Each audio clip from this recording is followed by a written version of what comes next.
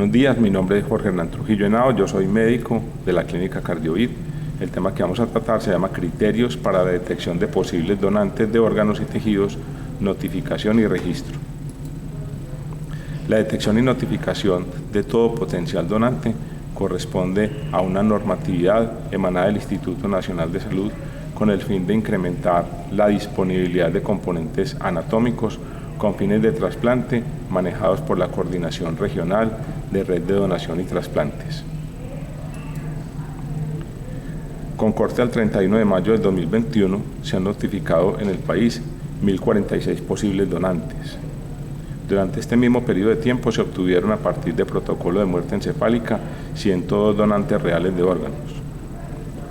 Respecto al protocolo de parada cardíaca, se han notificado 4.102 posibles donantes, de los cuales se han generado 464 donantes de tejidos, tanto de IPS generadoras como del Instituto Nacional de Medicina Legal y Ciencias Forenses. En la actualidad, más de 3.000 colombianos requieren de un trasplante para seguir viviendo y mejorar su calidad de vida, pero la realización de estos procedimientos se encuentran limitados por la escasez de donantes. La Red de Donación y Trasplantes de Órganos y Tejidos fue creada por el Ministerio de Protección Social en el año de 2004 por el decreto 2493. Es un sistema de integración de bancos de tejidos y médula ósea, IPS habilitadas con programas de trasplantes, Instituto Nacional de Salud, las direcciones departamentales y distritales de salud. Busca la coordinación de actividades relacionadas con la promoción, donación, la extracción, el trasplante, el implante de órganos y tejidos, con el objeto de hacerlos accesibles en condiciones de calidad, forma oportuna y suficiente a la población, siguiendo los principios de cooperación, eficacia, eficiencia, equidad y solidaridad. Presta asesoría y asistencia técnica a las coordinaciones regionales de la Red de Donación y Trasplantes, acompañamiento técnico al Ministerio de Salud y Protección Social y a otras entidades nacionales sobre temas relacionados con la donación de trasplantes en Colombia.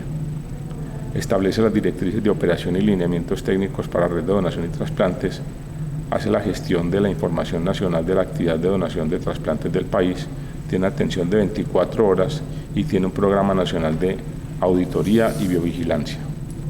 El Instituto Nacional de Salud es el coordinador de la red y realiza sus funciones de coordinación nacional en 6 regionales: Bogotá, Antioquia, Valle, Santander, Atlántico y Huila.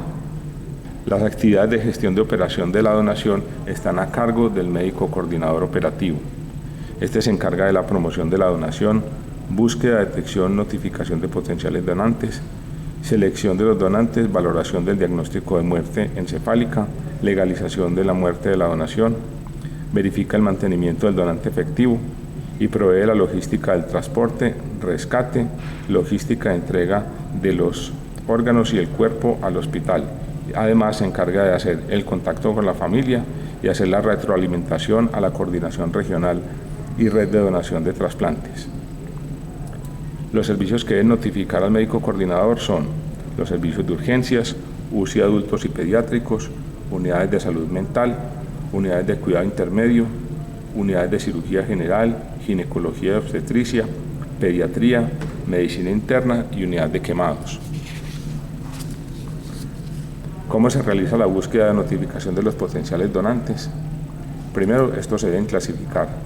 La generación de órganos y tejidos procede fundamentalmente de donantes vivos de órganos, donantes fallecidos en muerte encefálica, donantes fallecidos en parada cardíaca y tejidos obtenidos de cadáver, huesos, córneas, válvulas cardíacas, piel, islotes pancreáticos.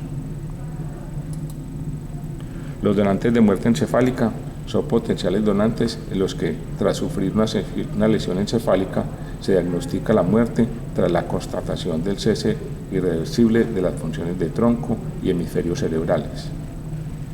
Por sus características son donantes potenciales de todos los órganos: riñones, hígado, corazón, pulmones, páncreas, intestino y tejidos, córneas, piel, huesos, ligamentos, tendones, válvulas cardíacas. Dado que la mayoría de los donantes de órganos lo constituyen pacientes de muerte encefálica, el primer paso consiste en detectar a todos estos. Se debe considerar como posible donante a todo enfermo que ingrese con una patología cerebral grave y que presenten una escala de Glasgow menor o igual a 5, pues una parte de ellos evolucionará a muerte encefálica convirtiéndose en potenciales donantes. El otro tipo de donantes son los donantes fallecidos en parada cardíaca. Es el grupo más numeroso. Se trata de aquellos pacientes en los que se diagnostica la muerte por presentar una parada cardíaca irrecuperable de cualquier etiología, tanto a nivel intra como extrahospitalario. Podrán ser valorados únicamente como donantes de tejidos, ya que el tiempo transcurrido desde la aparición de la parada cardíaca hasta el momento del diagnóstico de muerte invalida la posibilidad de donación de órganos. ¿Cuáles son las vías de detección de los potenciales donantes? Existe una detección activa que está a cargo del médico coordinador operativo, que se encarga de hacer las visitas a urgencias, UCI y morgue. Recibe la información del personal médico de enfermería de las diferentes IPS, identifica a los pacientes con Glasgow menor o igual a 5 asociados a patologías graves y fallecidos, vigila su evolución clínica e informa a la regional correspondiente y a la Coordinación Regional de Trasplantes. El otro tipo de detección es la detección pasiva, es la más importante y está a cargo del personal de cada IPS. Ocurre las 24 horas y se hace a través de la valoración clínica de cada paciente. Cuando los pacientes llegan con Glasgow menor o igual a 5, pacientes en parada cardíaca o muerte encefálica, se consideran potenciales donantes y deben notificarse. ¿Cómo se hace el protocolo de donación? En nuestra institución tenemos el siguiente proceso. Este es competencia del médico tratante y de la enfermera jefe del servicio. El primer paso es que la enfermera notifica de los pacientes al centro regulador de urgencias en los siguientes casos: Glasgow menor o igual a 5, pacientes con diagnóstico de muerte encefálica o pacientes en parada cardíaca entre los 15 y los 65 años. El segundo paso es solicitar el certificado de consulta en el Registro Nacional de Donantes al Centro Regulador de Trasplantes. El tercer paso es que el Centro Regulador de Trasplantes solicita, si es una parada cardíaca, la causa del fallecimiento, la edad y fecha hora. Si es muerte encefálica, el diagnóstico, la edad y el estado actual del donante. El cuarto paso es que la Coordinación Regional de Trasplantes hace un envío por correo institucional del certificado de consulta en el Registro Nacional de Donantes.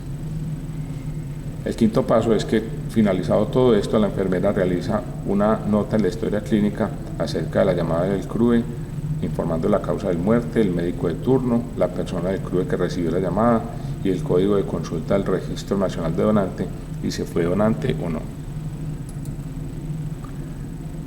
La selección del potencial donante se hace a cargo del médico coordinador.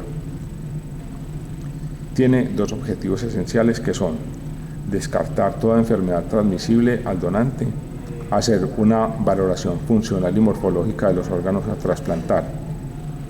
Esto es una evaluación integral que incluye historia clínica, exploración física, estudios de laboratorio, exploraciones complementarias, examen anatomopatológico, estudios de histocompatibilidad de grupo sanguíneo y una evaluación antropométrica. Para establecer la causa de muerte, se debe verificar si hay una lesión estructural del sistema nervioso central, si hay anoxia cerebral, se deben descartar tumores primarios y secundarios del sistema nervioso central, se realizan estudios bacteriológicos para descartar meningitis o encefalitis, se verifica si hay contraindicaciones absolutas o relativas y este estudio también incluye los pacientes que llegan con causa de muerte violenta. ¿Cómo se realiza la verificación de la muerte encefálica? Es una valoración clínica, se hacen dos diagnósticos, el primero por neurocirugía y el segundo por el médico tratante o el médico de UCI. Adicionalmente, una vez establecido la muerte encefálica, se debe hacer también el test de apnea o realizar pruebas de certeza si existe alguna duda. Estas son el Doppler transcraneal, gammagrafía de perfusión cerebral, angiografía cerebral, potenciales evocados. Presunción de donación. Se presume que se es donante cuando una persona durante su vida se ha abstenido de ejercer el derecho que tiene a oponerse a que su cuerpo se le extraigan órganos, tejidos o componentes anatómicos después de su fallecimiento. Eso está estipulado en la Ley 1805 del 2016 en su artículo 2. Los menores de edad podrán ser donantes de órganos y tejidos siempre y cuando sus representantes legales expresen su consentimiento informado para la donación de órganos y o tejidos dentro de las 8 horas siguientes a la ocurrencia de la muerte encefálica. ¿Cómo se realiza la anamnesis y los antecedentes sociales? Se verifican enfermedades y tratamientos previos, hábitos personales, riesgo de VIH y otras enfermedades infecciosas, antecedentes de viajes a zonas endémicas, y se debe indagar con todas las fuentes posibles: historia clínica, médico tratante, parientes y amigos. La edad del donante en general no contraindica la donación. Los estudios analíticos y pruebas previas a la extracción determinan en cada caso la idoneidad para utilizar o no cada órgano por separado, riesgo-beneficio y lista de espera. En este contexto, un número cada vez mayor de donantes y receptores se presentan con edad avanzada.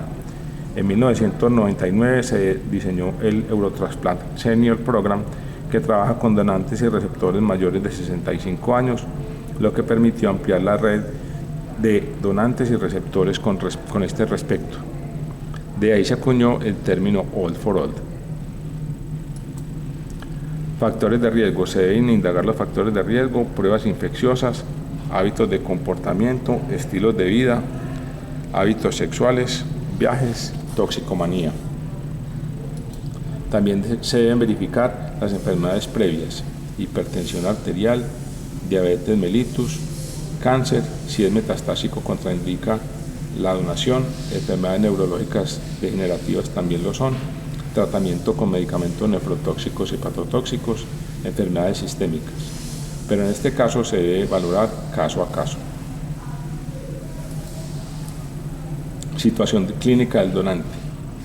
El médico coordinador realiza una exploración física, verifica la evidencia de traumatismos, tatuajes o perforaciones, inyecciones no médicas, cánceres de piel, cicatrices previas.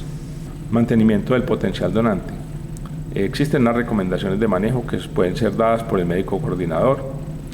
Inicialmente se hace una reanimación por metas, cuidados generales, y si el paciente lo requiere, debe ser trasladado a la unidad de cuidado intensivo. Durante el manejo en UCI se pueden establecer unas metas de manejo que son ampliadas, que permite preservar al donante y obtener el mayor número de órganos posibles. Estas metas se publicaron en el Critical Care en el 2012 y fueron republicadas en JAMA en el 2014. Estas son una presión arterial media de 60 a 110, una presión venosa central de 4 a 12, una fracción de eyección mayor del 50%, dosis bajas de vasopresores, preferiblemente solamente uno, gases arteriales con pH de 7,3 a 7,5, una PAFI mayor o igual a 300, un sodio sérico menor de 155, un gasto urinario de 0.5 mililitros kilo hora en 4 horas y una glucosa menor de 150. Pruebas complementarias. Las pruebas iniciales están a cargo del médico tratante: hemoclasificación, hemograma, gases arteriales, coagulación, bilirrubinas, transaminasas, fosfatasa alcalina, BUN, creatinina, uroanálisis, troponina, electrolitos, glicemia.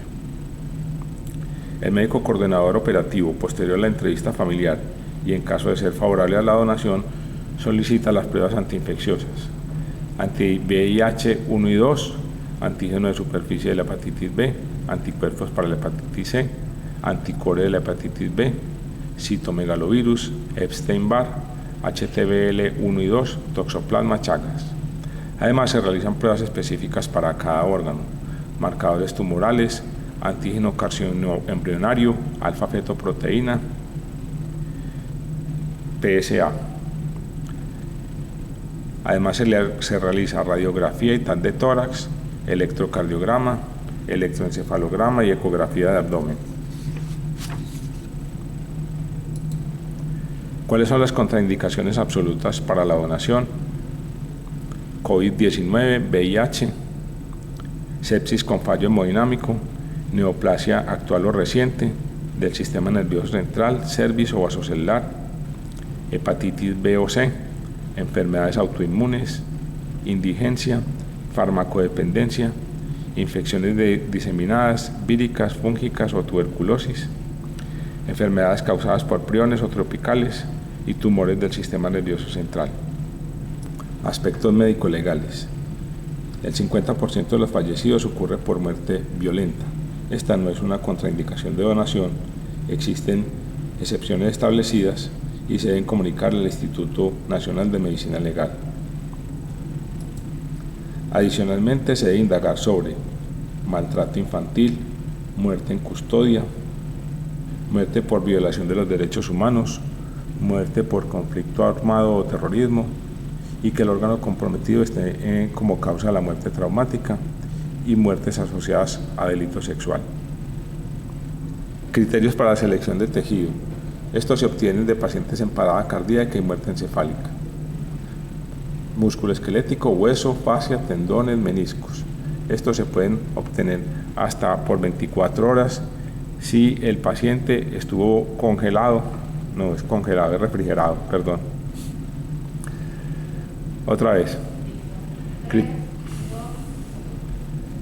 Criterios para la selección de tejidos. Estos se obtienen de pacientes en parada cardíaca y muerte encefálica. Músculo esquelético, se obtienen hueso, fascia, tendones, meniscos. Se pueden obtener hasta por 24 horas si el cuerpo ha sido refrigerado en las primeras 6 horas. Los donantes pueden ser mujeres de 65 hasta 65 años y hombres hasta 70 años. Ocular, córnea, limbo corneal, esclera, hasta 6 y 12 horas. Cardiovascular, vasos y válvulas. Y adicionalmente piel. Entrevista familiar. Luego del análisis, el médico coordinador aborda a la familia del potencial donante para brindar apoyo durante el proceso de duelo, aclara las dudas sobre el diagnóstico y amplía la información de los antecedentes del donante. Asimismo, se identifica la posición de la familia del donante sobre el proceso según haya manifestado en vida el donante. Esta información es muy importante para no entorpecer el proceso y contar con la colaboración por parte de la familia, pues los estudios previos al trasplante y la cirugía de rescate pueden demorar hasta 24 horas, lo que puede retrasar la entrega del cuerpo a los familiares. Es importante aclarar que la noticia de la muerte está a cargo del médico tratante, pero el médico coordinador operativo es el que se encarga de hablar con la familia acerca del proceso de la donación. Coordinación de rescate. Después de realizar las actividades mencionadas, se cruza la información con las listas de espera de las IPS registradas en el sistema de la Red Nacional de Trasplantes, para que según disposición y regulación de esta institución se determine según la compatibilidad de grupo sanguíneo, variables antropométricas e inmunológicas, la compatibilidad entre el donante y el receptor de cada órgano y tejido.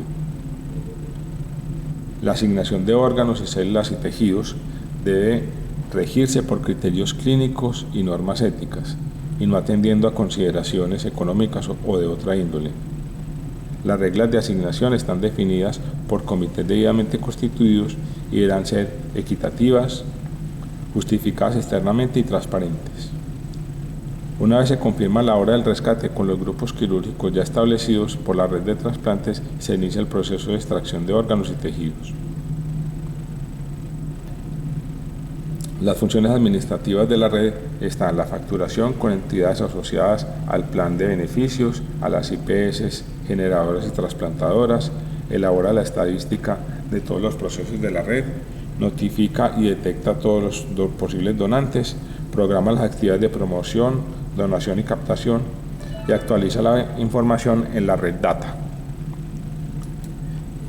La red Data es un sistema de información que permite realizar la gestión integrada para la administración de pacientes, donantes, entidades de salud, lo cual permite optimizar todos los procesos que tienen que ver con la donación y trasplante de órganos.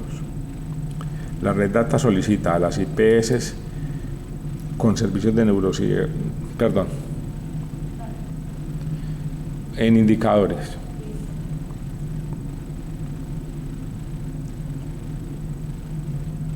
Cuando tú digas. 3, 2.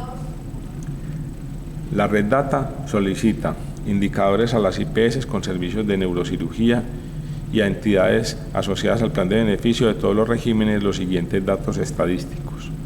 Total de personas con daño cerebral catastrófico en la institución, tasa de neurocríticos por millón de habitantes, tasa de muerte encefálica por millón de habitantes, porcentaje de transformación de neurocríticos en donantes efectivos y tasa de donantes vivos por millón de afiliados. Con estas estadísticas, el Instituto Nacional de Salud elabora sus informes. Este es el del 2018. Entraron 3.400 posibles donantes. De esos 2.403 salieron del proceso porque tenían o mejoría clínica, habían entrado en un estado vegetativo, tenían una contraindicación médico-legal o habían sufrido una parada cardíaca en el proceso. De los potenciales donantes en muerte encefálica, 231 tenían una contraindicación médica o legal o administrativa.